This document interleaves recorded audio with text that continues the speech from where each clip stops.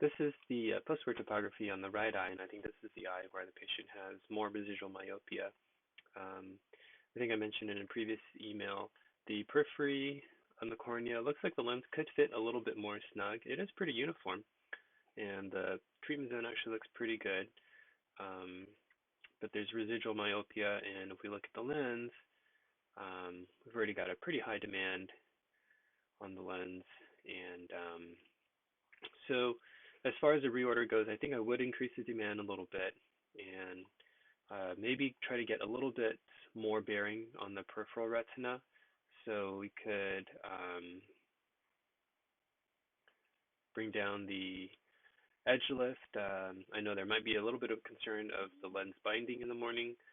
Just have the patient use artificial tears massage on the conjunctiva to get some of those tears underneath the lens and just make sure the lens is loose before removal. But I think good peripheral alignment of the lens can help with central treatment.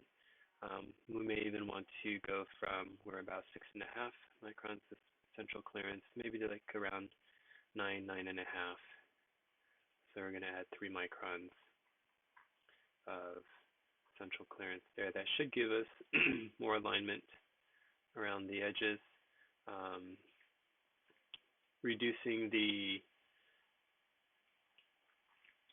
or steepening the periphery of the lens might help the lens to float down just a little bit more. You can see the white semicircle here. This lens is decentering superiorly a little bit, and we're getting more molding in the inferior 180 degrees of the reverse zone.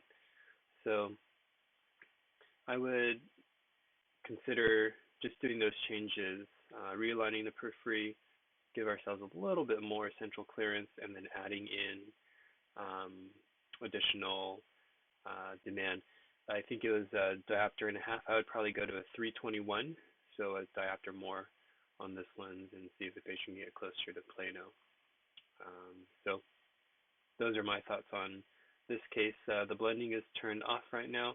I would just leave it alone. The centration is not a huge problem with this patient, so I think it's okay to leave that off for now too.